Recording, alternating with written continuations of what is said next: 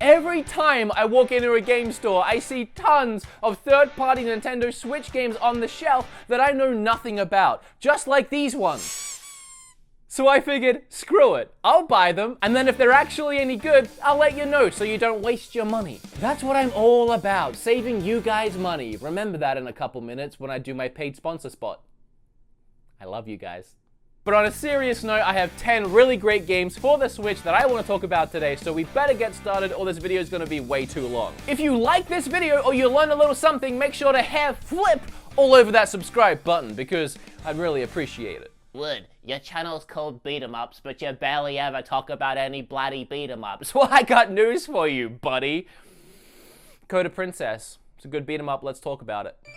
This multiplayer beat 'em up RPG was initially a 3DS release, and it was really fun on 3DS, but oh boy, it's even better on Nintendo Switch, and I mean that. There is over 50 Guardian Hero characters that you can unlock and battle with in this game. So throughout your entire playthrough, you'll be forever finding new favorites. The combat is very hack and slash, focusing on combos, and it's probably my favorite style of beat 'em up. Every character in the game has a very unique and different personality to all the others, and they all feel very different to control. Some characters will be slow and clunky, but very powerful, and other characters will be fast and zippy, but they won't pack as much of a punch. And then you have a range of everything in between. You will find something you love. It has a pretty solid original story, but for me, it's the character designs that really shine here. I never actually got the chance to play this game on the 3DS, and I'm so glad it found its way to Switch. Plus, it's also one of those games that just looks amazing on the shelf. I will say that even with the 50 characters in the game, it does start to get a little bit repetitive, so even though I feel like I got my money's worth at $40 brand new for the title, if you can get it pre-owned for closer to 30, or even under 30, you're definitely looking at a title worth picking up. This game's actually published by Nicalis, if I'm pronouncing that correctly, and they've done amazing work on the Switch so far, releasing a ton of games like the next one,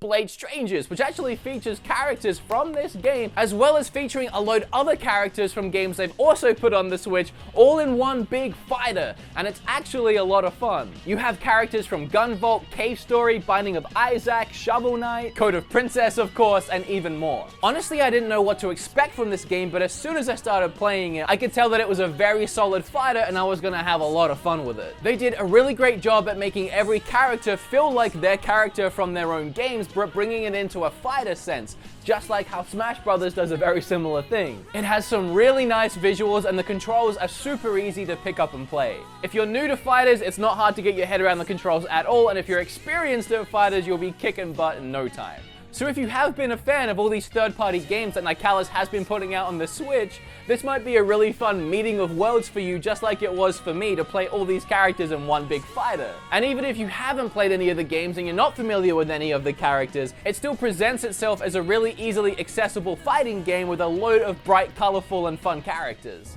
Actually, screw Nintendo Switch, I'm more invested in this mobile game, Legendary Game of Heroes.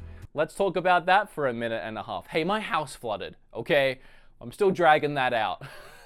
If you like a lot of the Switch games on this list today, you might also like the free-to-play puzzle game Legendary Game of Heroes. In this game, you match gems to attack different bosses. Oh, and the game is giving away $100 worth of in-game credits to you guys, and we'll get to that. And there is literally hundreds of different cards that have beautiful art, especially if you're in a dark fantasy. Honestly, this style of art is very similar to something like Magic the Gathering, which is why I was immediately drawn to this game. You're also able to join guilds, which is arguably one of the most engaging parts of the game, as you're able to meet friends and defeat bosses online together. Legendary Game of Heroes also runs weekly events, which they have been doing for 2 years in a row now. Just for this video, if you download the game, sign up, and then leave your game name down below in those comments, the game is giving away $100 worth of in-game credits, 10,000 credits to 10 people down below in the comment section. So if you like the look of Legendary Game of Heroes, make sure you download it via that link in my description, and then don't forget to leave your game name down below to win that $100 worth of in-game credits. And with that being said, let's get back to reviewing these Switch games. Thanks once again to Legendary Game of Heroes for sponsoring this video,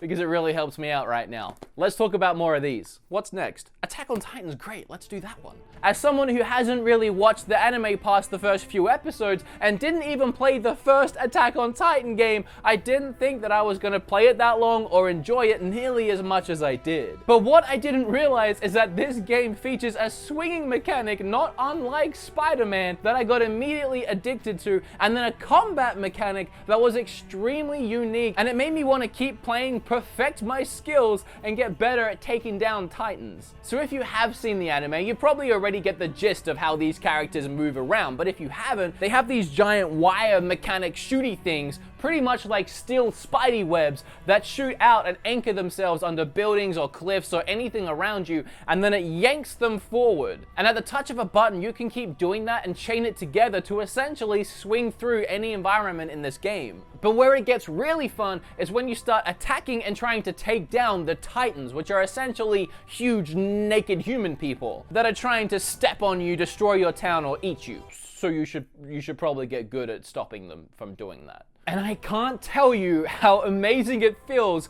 to shoot one of these steel anchors into one of these Titans, boost yourself towards this Titan's face at breakneck speeds, and then last second pull off an attack for maximum damage. Once you've landed your attack, you follow it through, keep on flying, start swinging, turn around, and aim for another one. Those mechanics right there in themselves are worth going out and picking up this game, and it's just a stupid amount of fun. So yes, whether you've seen the anime or you've played the first game, this one's definitely worth picking up, and it's one that people were yelling at me to play for a while, and I'm sorry I waited so long. Goku Islands Express, let's touch on this one really quick. I say really quick because I debated even putting the game on the list, but for $20 pre-owned or $15.99 if you're still an Elite Pro member and you didn't miss out on that, it's a very cutesy and charming game with a unique gameplay mechanic that we're going to talk about right now. So it's a platformer game that actually reminds me of a lot of Super Nintendo games I used to play when I was a kid, but the unique gameplay mechanic I was talking about was the 2D side-scrolling world that they've built runs on pinball mechanics. So throughout the levels there are yellow and blue levers that you flick up using the left and right trigger, and you use those not only to progress your way through the worlds and through the levels, but also to access secret areas or collect secret items or just to collect all the fruit in the game. And it doesn't have strictly linear gameplay either. It feels kind of Metroidvania-y where you can decide where you go or what you do first. And I think what impressed me the most was that at its core, it looks like a cutesy little easy game where you're playing as a bug, pushing a little ball that has pinball mechanics involved. But it's actually a lot more difficult than it looks if you want it to be. If you just want to progress through the game and not worry about all the extra fluff,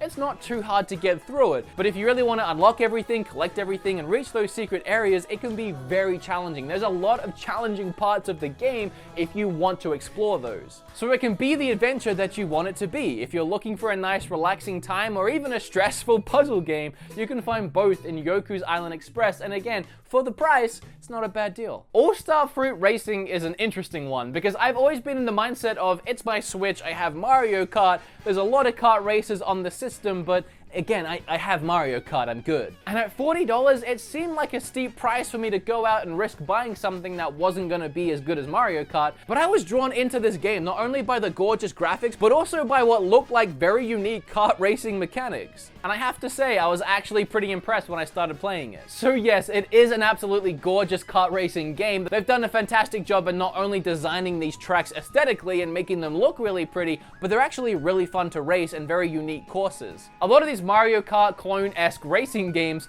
fall way too easily into the, oh, here's a box and when you hit it, it randomizes an item and here you have an item now. But the way you get your items and power-ups in Starfruit Racing is very different. As you race around the tracks, you pick up different colors of fruit. And depending on what colors of fruit you pick up, you'll level up different power-ups that you already have in your cart. So if you collect a lot of blue, you'll level up the blue power-up. If you collect a lot of red, the red power-up, obviously. But where it gets interesting is if you wait and you collect a bunch of different colors, you can start combining these power-ups and all the different combinations do different things. And then if you wait long enough and collect all of the colors, you'll power up your main special attack. Again, I just appreciate the different take on collecting power-ups. The game focuses pretty heavy on custom kart combinations. It boasts 32,000 different combinations of custom karts. There's over 20 different tracks that you can race on, and overall, it just feels really great. The game plays really well. The karts are fun to control. Is it better than Mario Kart?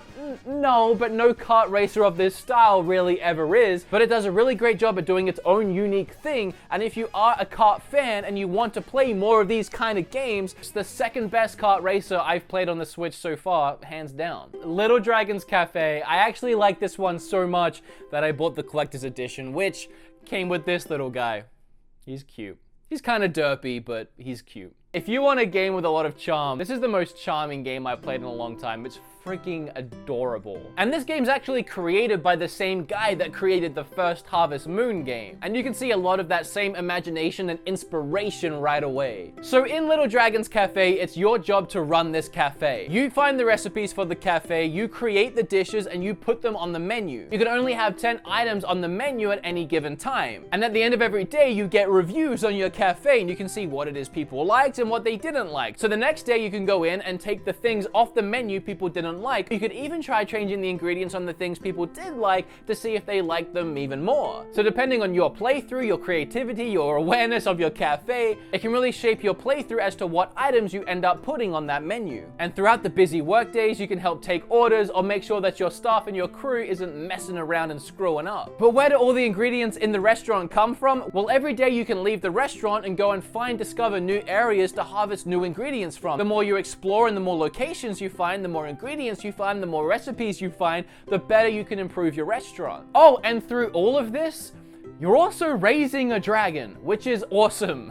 Right at the start of the game, you get this cutesy little dragon that looks something like this. And throughout your playthrough, you pet him, take care of him, take him everywhere you go. He can help you scavenge for the ingredients for your restaurant. The more you feed him, the more he grows, the bigger he gets. When the dragon gets bigger, he can help you access new areas by tearing down junk in your way, or a multitude of other dragon things that he can do to help you. And also, your dragon doesn't even have to stay red. All of the meals that you make will have a certain color tied to them, and the more you feed your dragon that color, eventually he'll start turning that color. So far I've had my dragon turn pink, purple, and blue, but there's so many different colors. Also, when he turned purple, he absolutely looked like Spyro, which was pretty cool. I have seen people say this game gets repetitive for them, and I can absolutely see that point of view because every day you wake up, you go and scavenge, you do restaurant things, you go to bed, you do it again. But for me, I found all of that relaxing. I enjoy progressing through the story, meeting new and unique characters, learning about them, helping them with their struggles, and the more you progress, the more areas you unlock and the more that you get to go and explore, and there are some really creative and beautiful environments to explore. So if this cutesy and adorable game looks like something you might enjoy, I definitely recommend it. Victor Vran. I gotta be honest, beside the Motorhead DLC that comes attached with this Switch edition,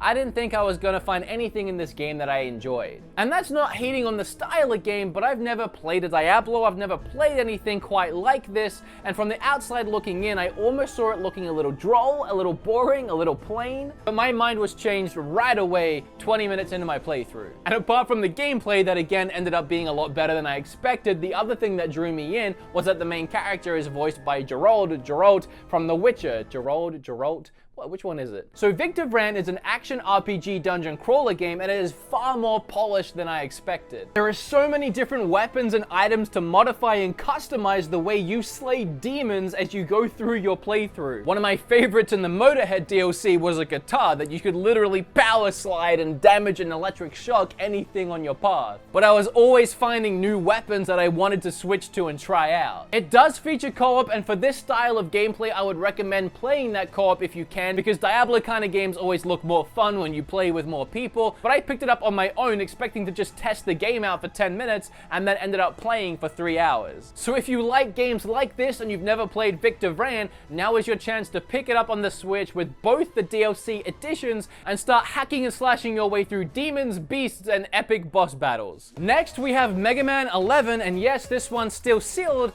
Capcom was nice enough to give me a code, and come on, like I wasn't gonna buy Mega Man 11. I'm not gonna lie to you, I was never really good at Mega Man to begin with. The only one that I've ever finished is the second one because it's arguably the easiest one. But I was good enough at the NES Mega Mans to at least finish a bunch of stages, just I never made it through to the end. Mega Man 11? Criminy jickets.